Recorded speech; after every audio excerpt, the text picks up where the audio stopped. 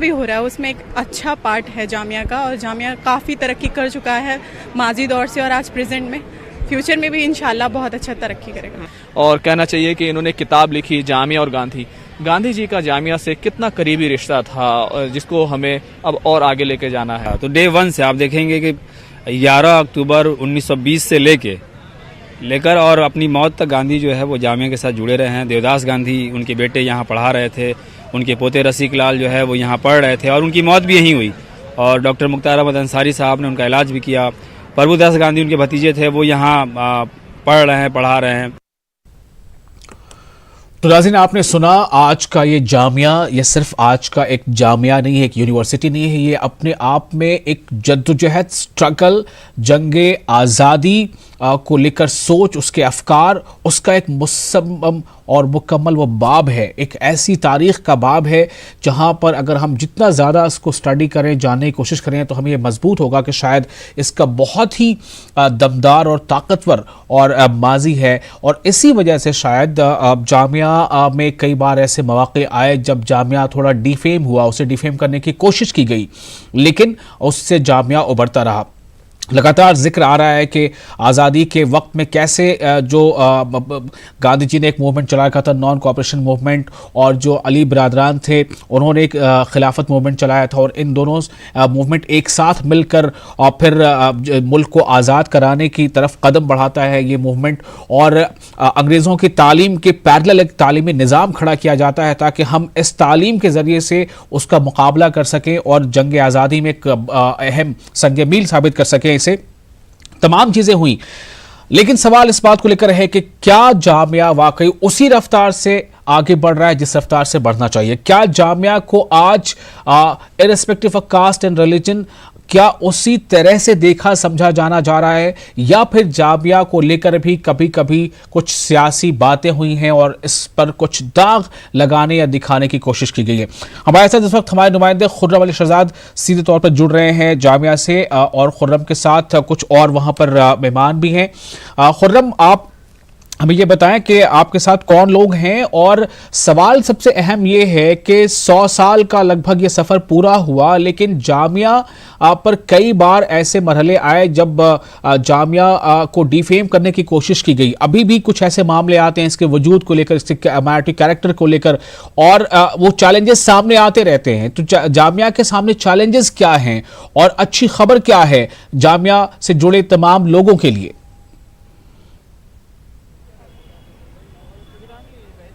देखिए विशाल, मेरे साथ ख़ासतौर से जामिया के जो स्टूडेंट्स हैं वो मौजूद हैं, अलुमनी हैं वो मौजूद हैं, और यहाँ की जो सीनियर तलबा हैं वो मौजूद हैं। लेकिन सबसे अच्छी बात यह है कि अभी अभी मैं अपने नाजरीन को ये खबर, और ख़ासतौर से जामिया से जो ताल्लुक़ रखने वाले लोग हैं उनको ये खबर बताना चाहता हूँ, जो हमें वाइस चांसलर साहबा नजमा अख्तर साहबा ने बताई है कि जामिया का मेडिकल का ख्वाब बहुत जल्द पूरा होगा, क्योंकि जो ज़मीन थी यूपी इरिगेशन की जिस पर पूरा तनाज़ा हुआ था, और उसका 10% जामिया को देने का प्रोसेस शुरू हो गया है। 10% के करीब रकम दी जा चुकी है, अब उसका पोजीशन जामिया को मिलना है, लेकिन वो 214 बीघा के करीब बड़ी जगह है और धीरे धीरे उसको जामिया की तरफ आना है। लेकिन इसी के साथ साथ दूसरे जो ऑप्शंस हैं उनको भी खंगाला जा रहा है।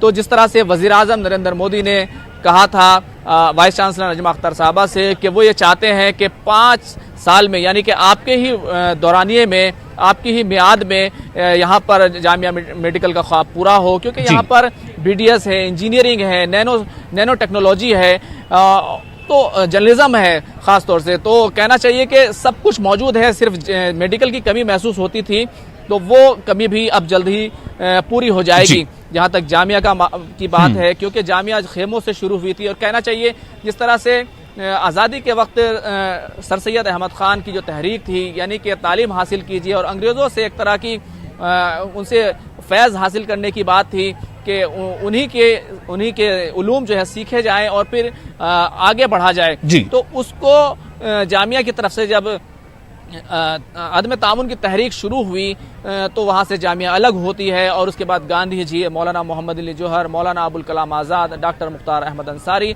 और बाद में जाकर के जिस तरह से जामिया ने स्ट्रगल किया और डॉक्टर जाकिर हुसैन ने फिर इसको आगे बढ़ाया और किस तरह से यहाँ पे सऊबतें बर्दाश्त की और एक भरी पूरी यूनिवर्सिटी यहाँ आपको जो दिखाई देती है वो यूनिवर्सिटी का ख्वाब जो है वो पूरा हुआ। 1988 में इसको सेंट्रल यूनिवर्सिटी का दर्जा मिला और 2010 में फिर ये अक़लियती सेंट्रल यूनिवर्सिटी हो गई।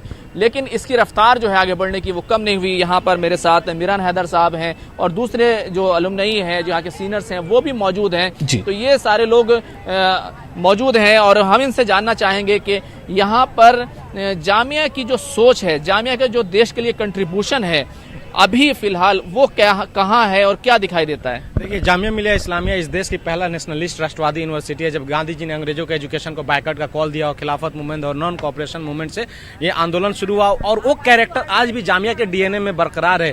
यहाँ का एक एक स्टूडेंट के अंदर जो नेशनलिज्म का भावना है, जो देश को कंट्रीब्यूट करना है, चाहे रिसर्च के मीडियम से, एकेडमिशियन के मीडियम से, लॉशिप के मीडियम से, मेडिसिन के मीडियम से, मास कम्युनिकेशन के मीडियम से, इंजीनियरिंग एंड टेक्नोलॉजी, वो जबरदस्त है। और आज इस यूनिवर्सिटी ने देश को राष्ट्रपति से लेके सांसद, विधायक, तमाम तरह के ऐसे एलुमनाई दिए हैं जो अलग अलग हिस्सों में देश में और दुनिया में जामिया मिलिया इस्लामिया का नाम रोशन कर रहे हैं और देश को मजबूती दे रहे हैं और बाहर की दुनिया में पूरे देश का नाम रोशन कर रहे हैं। तो जामिया मिलिया इस्लामिया में एक कमी रह चुकी है मेडिकल की। अगर ये मेडिकल कॉलेज मिल जाता है जामिया मिलिया इस्लामिया को तो मौजूदा सरकार का एक बड़ा कंट्रीब्यूशन होगा। जो देश का हेल्थ इंफ्रास्ट्रक्चर कमजोर है उसमें जामिया एक बहुत बड़ा सर्विस दे सकती है। उत्तर प्रदेश, हरियाणा और सटे हुए राज्यों से काफ़ी लोग आके यहाँ पे इलाज करके यहाँ से फ़ायदा उठा सकते हैं। और देश में एक जो डॉक्टरों की आबादी है कि रेशियो है, डॉक्टर वर्सेस पेशेंट रेशियो बहुत ख़राब है इंटरनेशनल लेवल के भी, तो वो भी बेहतर होगा। काफ़ी कुछ बेहतर हो सकता है। लेकिन जामिया की जो सोच है वो किस तरह से आज भी रिलीवेंस है, क्योंकि ख्वाब देखा गया था,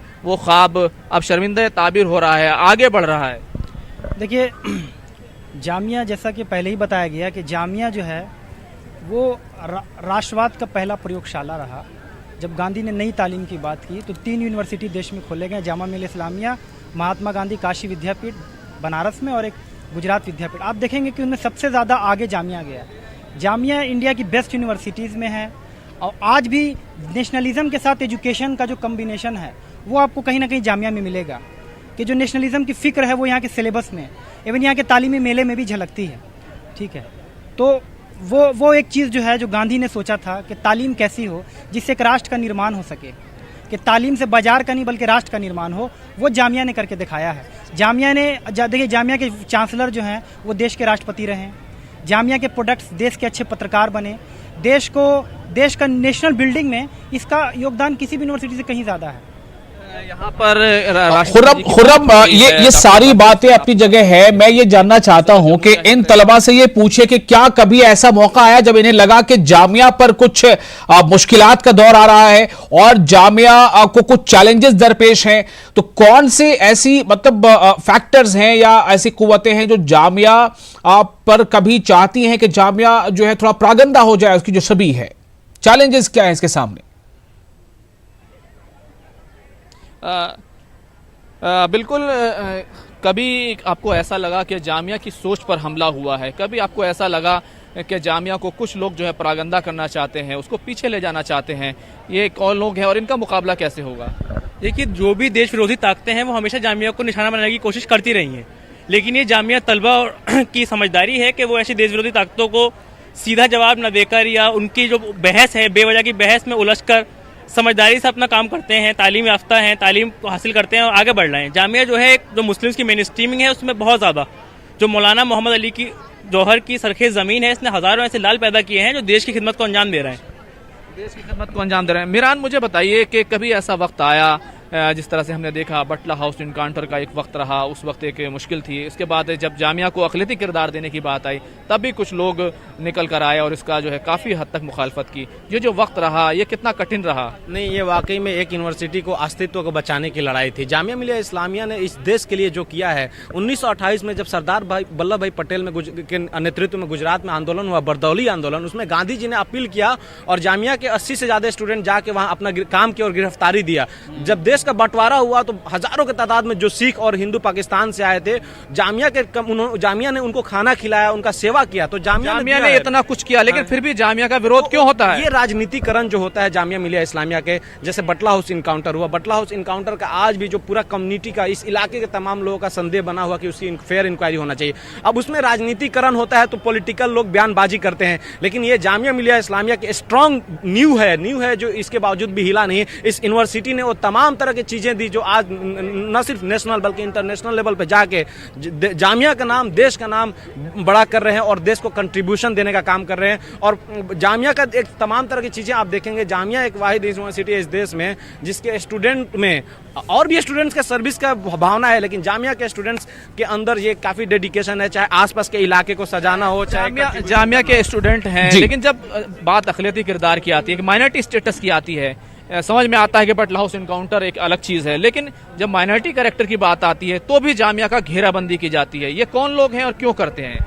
ये अभी जो मुल्क में जिस तरह की सियासत चल रही है उसकी जद में आके कुछ लोग बयानबाजियां कर देते हैं, कुछ लोगों को सुर्खियों की जरूरत होती है, हेडलाइंस में रहने की आदत होती है, इसलिए वो इस तरह की बयानबाजियां करके अपने वजूद को बरकरार रखते हैं ताकि वो हेडलाइन में बने रहे, वरना इसकी कोई हैसियत नहीं है। जो क्या कोई फर्क पड़ा जामिया ने 2010 में जब माइनॉरिटी कैरेक्टर हासिल किया और उसके बाद कैसा कंट्रीब्यूशन देश के लिए रहा और किस तरह से इसने तरक्की की है?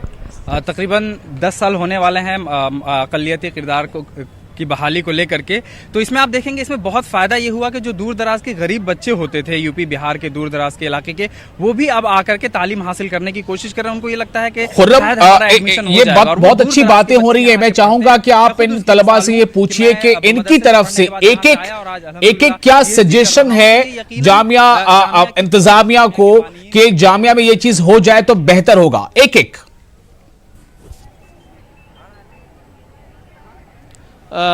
मेरा एक सवाल है, आप आगे आ जाइए। मुझे ये बताइए कि आप क्या चाहते हैं कि जामिया में ऐसा हो तो और बेहतर हो और ये चमन जो है खूब और फूले फले? जैसे कि अभी तक हम लोग बात करते आ रहे हैं कि जामिया एक ऐसी जगह है जहाँ मतलब राष्ट्रवादी ताकतें, जो राष्ट्र से प्रेम करने वाले लोग और ऐसी छात्र पनपे हैं जिन्होंने देश के निर्माण में बहुत मदद करी।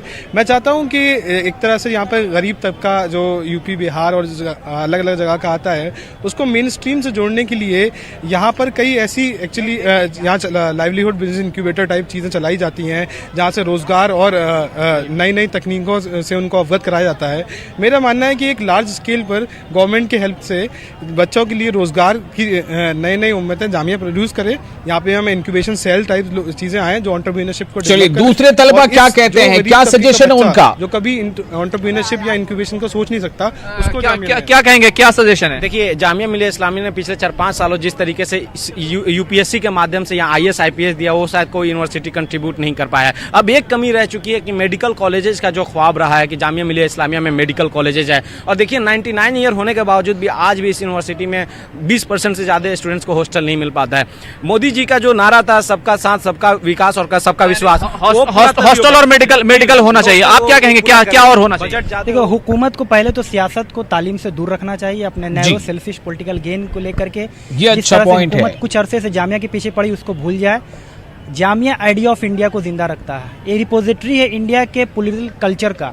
अगर इसको अटैक हुकूमत करेगी तो फिर जो कॉन्स्टिट्यूशनल जो दूसरे अदारे हैं वो भी नहीं रह पाएंगे। इसलिए idea of India is Jamia, Jamia represents idea of India. Khurram, एक आखिरी सवाल, इन तलबा को पूछिए कि जामिया के तराने की कौन सी लाइन इन्हें बहुत ज्यादा भाती है, क्या ये इस वक्त गुनगुना सकते हैं? बिल्कुल, एक बहुत ही अच्छा सवाल पूछा गया है कि जामिया के तराने की वो कौन सी लाइन है जो आपके दिल को छू जाती है और जिसको आप हमेशा गुनगुनाना चाहेंगे? जहाँ से बेरब्तियों को रत्न मिला, यहीं से बेरब्तियों को रत्न मिला, इसी ने होश को बख्शा जुनू का पैराहन। आप बताइए। दियारे शौक मेरा शहर आरजू मेरा, this is the land of hope, this is the land of hope, this is the land of dreams. ये भारत के ख्वाबों का जगह है जो भारत के ख्वाबों को पूरा करेगा, उम्मीदों को पूरा करेगा। मुझे उम्मीद है आप गुनगुना करके बताएंगे हमको जामिया की लाइन। दियारे शौक मेरा, दियारे शौक मेरा, शहरे आरज़ू मेरा, शहरे आरज़ू मेरा, दियारे शौक मेरा, दियारे शौक मेरा। देखिए विशाल, चलिए, क्योंकि बहुत मैंने खूब। भी खुद जामिया से जी। पढ़ा है तो मैं भी कहना चाहता हूं कि मुझे एक लाइन बहुत पसंद है जी। कि यहाँ पर राह रवी खुद हुसूल मंजिल है। तो ये लाइन मुझे बहुत पसंद है विशाल। अब खुर्रम जरा ये बताइए, चूंकि अब वक्त बहुत कम रह गया है, कि ये जो 3 रोज़ा यानी 6 रोज़ा जो तकारीब है, इसमें और क्या क्या चीज़ें अहम हैं, यानी आज क्या हुआ, उसके अलावा कल और एक रोज़ और नाजरीन के लिए क्या बहुत ख़ास है यहाँ पर जामिया की तकरीब में?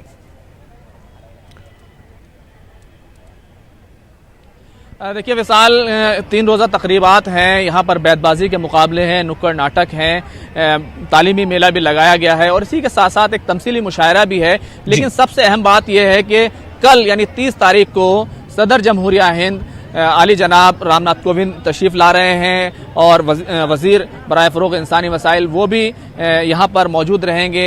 नजमा हेबतुल्लाह जो यहाँ की चांसलर हैं, मणिपुर की गवर्नर हैं, वो भी मौजूद रहेंगी और 10,000 के करीब जो तलबा व तालिबात हैं उनको डिग्रियाँ दी जाएंगी। 350 मेडलिस्ट हैं, गोल्ड मेडलिस्ट हैं, उनको जो है एजाज़ से नवाजा जाएगा।